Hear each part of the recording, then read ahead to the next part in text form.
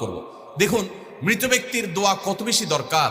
আল্লাহ রাব্বুল আলামিন একজন মানুষের মৃত্যুর পর সর্বপ্রথম যে আমলটি আমাদের জন্য রেখেছেন তা হলো আমরা দ্রুততার সাথে তাকে গোসল দিয়ে তার জানাজার ব্যবস্থা করব।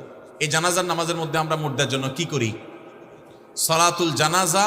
এটা মূলত মুর্দার জন্য দোয়ার নামাজ, এটা দোয়ার আয়োজন মূলত।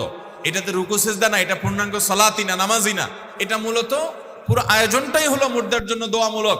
আমরা দোয়া পড়ি, আল্লাহুম্মা ফিরলি হাইয়িনা ওয়া মাইয়িতিনা ওয়া শাহিদিনা ওয়া গায়িবিনা ওয়া সগীরিনা ওয়া কাবীরিনা ওয়া যাকারিনা ওয়া উনসানা আল্লাহুম্মা মান আহইয়াইতাহু মিন্না ফাআহইহি আলাল ইসলাম ওয়া মান তাওয়াফাইতাহু মিন্না ফাতাওয়াফাহু আলাল ঈমান আল্লাহুম্মা লা তাহরিমনা আজরাহ আল্লাহুম্মা লা তাহরিমনা আজরাহ ওয়া লা তাফতিননা বা'দাহ।